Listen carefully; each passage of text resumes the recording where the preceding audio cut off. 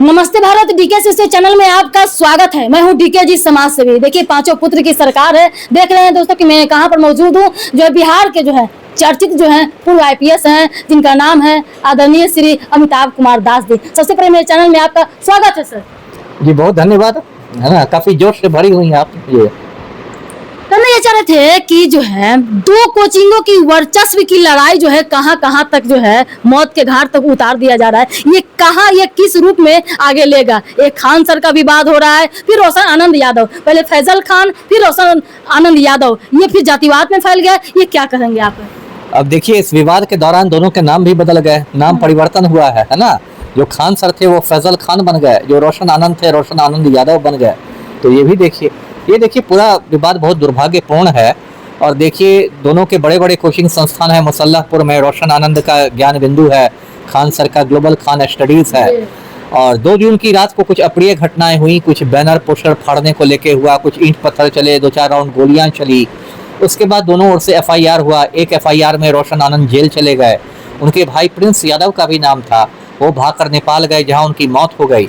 दूसरा FIR Khan sir पर हुआ और 20 जून तक यानी कल तक उनकी गिरफ्तारी पर रोक लगा दी है कोर्ट ने। उसके बाद देखना है क्या होता है। इसी बीच एक और दुखद घटना ये घटी कि प्रिंस यादव की मौत हो गई नेपाल के विराटनगर में।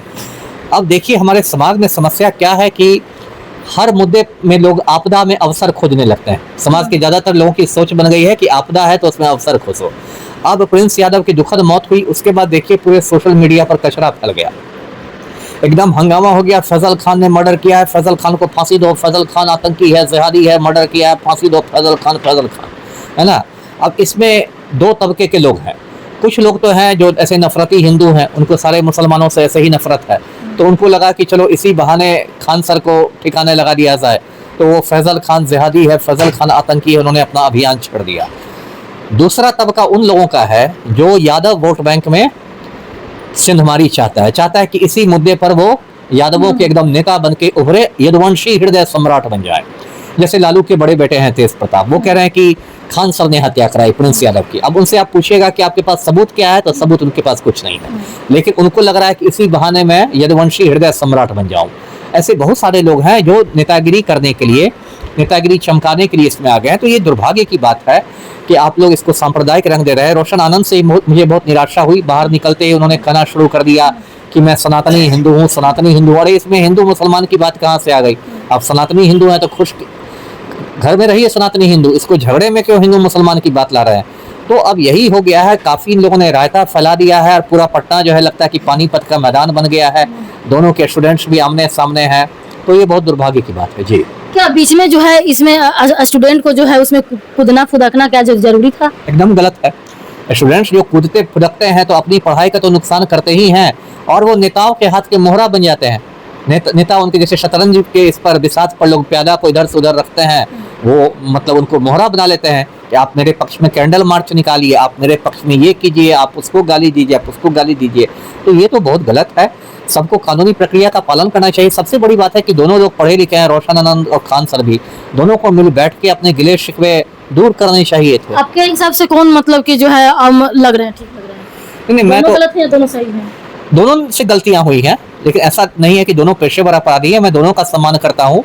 दोनों ने बिहार में सकारात्मक योगदान दिया है।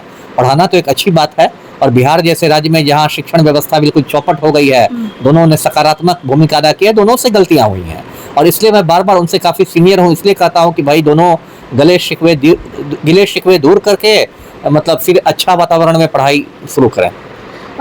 सर, मेरा जो नेक्स्ट सवाल है कि जो पवन सिंह जो है पावर स्टार के नाम से जाने जाते हैं, वो लोकसभा में भी जो ठगा गए, राज्यसभा में हो गए, फिर उस पर विधानसभा में भी अब विधान परिषद का भाजपा ने दिया। इसको जो है किस एंगल से जो है आप देख रहे हैं?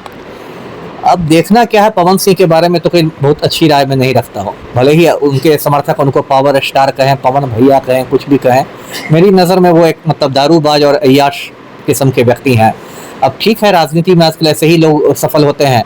तो 2-3 साल से लगातार वो ठगा रहे थे। जैसा आपने कहा, 2024 में उनको पश्चिम बंगाल के आसनसोल से टिकट मिला, लेकिन फिर जब उनके भोजपुरी गीतों को लेकर विवाद हो गया तो भाजपा ने उनका टिकट वापस ले लिया। 2025 में चर्चा हुई कि आरा से उनको विधानसभा का टिकट मिलेगा, लेकिन फिर जब ज्योति सिंह से उनकी बहुत लड़ाई बढ़ गई तो फिर टिकट नहीं मिला। 2026 में फिर चर्चा हुई कि राज्यसभा भेजा जाएगा, लेकिन अंत में बस छूट गई। अंत में खैर उनको एक झुंझुना पकड़ाया गया है, MLC बने हैं। तो अब देखिए विधान परिषद में जाके क्या करेंगे, ज़्यादा उम्मीद तो मैं नहीं रखता हूँ, लेकिन बहुत दिनों से हाथ पर मार रहे थे तो अंत में MLC बन गए जी।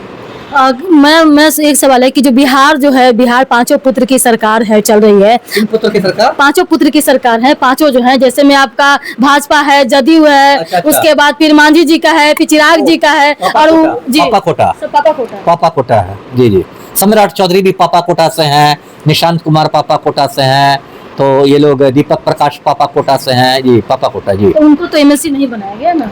हाँ, दीपक प्रकाश तो मतलब पापा कोटा से मिनिस्टर बन गए, लेकिन अब कंटिन्यू करना मुश्किल लग रहा है जी। नहीं, तो उनका जो है उस समय जो है लोकसभा के जो चुनाव में पावर स्टार जब लड़ रहे थे तो उपेंद्र कुशवाहा को हार्मफुल हुआ। आई जो MLC के लिए जो है उनके बेटे का हो गया, क्या कहना? ये आपने नया एंगल निकाला है, ठीक कहा आपने। जब लोकसभा के चुनाव में 2024 में पवन सिंह निर्दलीय खड़े हो गए काराकाट से, तो उन्होंने मतलब 2 लाख वोट काट दिए, खुद भी हार गए, लेकिन कुशवाहा जी, उपेंद्र कुशवाहा जी तीसरे नंबर पर पहुंच गए, 2 के बीच में तीसरा। हाँ, राजा राम सिंह जीत गए। और उसके बाद अभी जो ये MLC बन गए, तो NDA की जो एक सीट थी जो दीपक प्रकाश को मिल सकती थी, तो इस प्रकार दीपक प्रकाश का पत्ता साफ हो गया जी। जो तो बिहार प्रदेश में जो है किस तरीके से जो कह रहे हैं सम्राट भाई साहब कि कानून का राज है, इस तरीके से, तो क्या ये सरकार जिस तरीके से जो है जीतन मांझी के 9 महीना के लिए जो चली सरकार, क्या ये सरकार जो है कानून का राज वाली सरकार जो है, बुलडोजर वाली सरकार, क्या 5 साल तो जो टर्म पूरा कर पाएगी? नहीं, 5 साल तो भूल जाइए, सम्राट चौधरी 5 साल तो नहीं पूरा करेंगे, 8-9 महीने बाद जरूर हट जाएंगे। ये देखिए, तो कोई अपने बल पर चुनाव जीत के बने नहीं है CM, ये तो पर्ची छाप मुख्यमंत्री है। आला कमान की पर्ची पर इनका नाम लिखा गया तो मुख्यमंत्री बन गए, कल पर्ची पर कोई दूसरे का नाम आ जाएगा तो चले जाएंगे। 5 साल तो ये पूरा नहीं करने वाले हैं, और कानून व्यवस्था क्या संभाले? हाँ। जी बोलिए। नीतीश कुमार जी साथ टर्म कंडीशन नहीं कर पाएंगे जैसे नहीं, नीतीश कुमार तो मोटा मोटी 20 साल तक रह गए, ये तो 20 महीने रह जाए तो खैर मनाए ये। तो कह रहे हैं सम्राट भाई कि बिहार में कानून का राज है, क्या कहिएगा? नहीं, सम्राट भाई क्या कह रहे हैं, कानून का राज तो बिहार में नहीं है ना। यही मैं तस्वीर दिखा रहा हूँ, ये सुनील पांडे है, उन्हीं की पार्टी में है, भाजपा का ये है, इसके बेटे भाजपा का विधायक है विशाल प्रशांत। सुनील पांडे AK-47 लेके घूम रहे हैं, सम्राट चौधरी की औकात नहीं है इनका AK-47 जब्त करा देंगे। तो इस AK-47 का क्या हो गया, अचार बन गया? ये AK-47 अब तक है और अब तक इस पर दहशत फैल रहा है, तो हिम्मत नहीं। अभी देखिए नीट छात्रा कांड में ही क्या कर लिया, प्रश्न ये है, सम्राट चौधरी ने क्या कर दिया? किसी गुनहगार को सजा मिल गई क्या? अभी हम अनंत सिंह ने जाके सम्राट चौधरी को हड़का दिया, तो सम्राट चौधरी ने तुरंत अनंत सिंह की पत्नी को मिनिस्टर का दर्जा दे दिया। तो ये लोग क्या करेंगे? कानून व्यवस्था कुछ नहीं बिहार में बनने वाली है। ये सम्राट चौधरी ऐसे ही अपने आला कमान को मक्खन लगाते रहेंगे, टाइम पास करते रहेंगे जी। बिहार में फ्यूचर को किसको देख रहे हैं यहाँ पे? बिहार सुधारने के लिए, विकसित भारत में योगदान के लिए किसको आप पसंद करते हैं?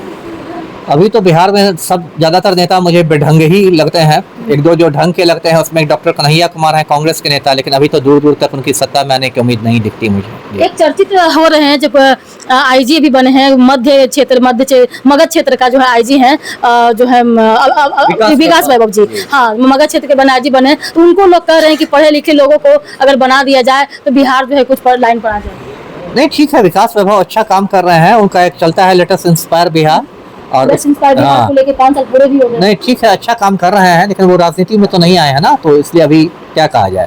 और देखिए राजनीति बिल्कुल एक अलग चीज होती है, राजनीति में हो सकता है वो बुरी तरह विफल हो जाए। आपने शिवदीप लांडे का हाल देखा ना, शिवदीप लांडे ने IPS से इस्तीफा दे दिया, 2 जगह से चुनाव लड़े, अररिया में 4थे नंबर पर आ गए, जमालपुर में 3रे नंबर पर आ गए, तो ये भी है जी। निशांत कुमार जी को कैसे देख रहे हैं? जैसे पूरा हिंदुस्तान देख रहा है, नशेड़ी गंजेड़ी पाजामा नहीं संभालता है, लेकिन स्वास्थ्य मंत्रालय संभालेंगे जी। तो काम तो देखने को मिला है कि अच्छे तरीके से काम कर रहे हैं। अभी तो जुम्मा 8 रोज हुआ ही, अभी कौन काम उनका दिखा है। चलिए बहुत बहुत धन्यवाद सर। चलिए तमाम बातों को लेकर के देख रहे हैं जो है पूर्व जो है IPS जो है अमिताभ कुमार दास जी ने तमाम बातों को लेकर के चर्चा की। क्या सोच है आपका, क्या राय है, विचार है, क्या कुछ आप कहना चाहते हैं, कमेंट बॉक्स में दीजिएगा। तब तक के लिए जय हिंद जय भारत। देखते रहिए DK, like share comment subscribe करें, फॉलो करें।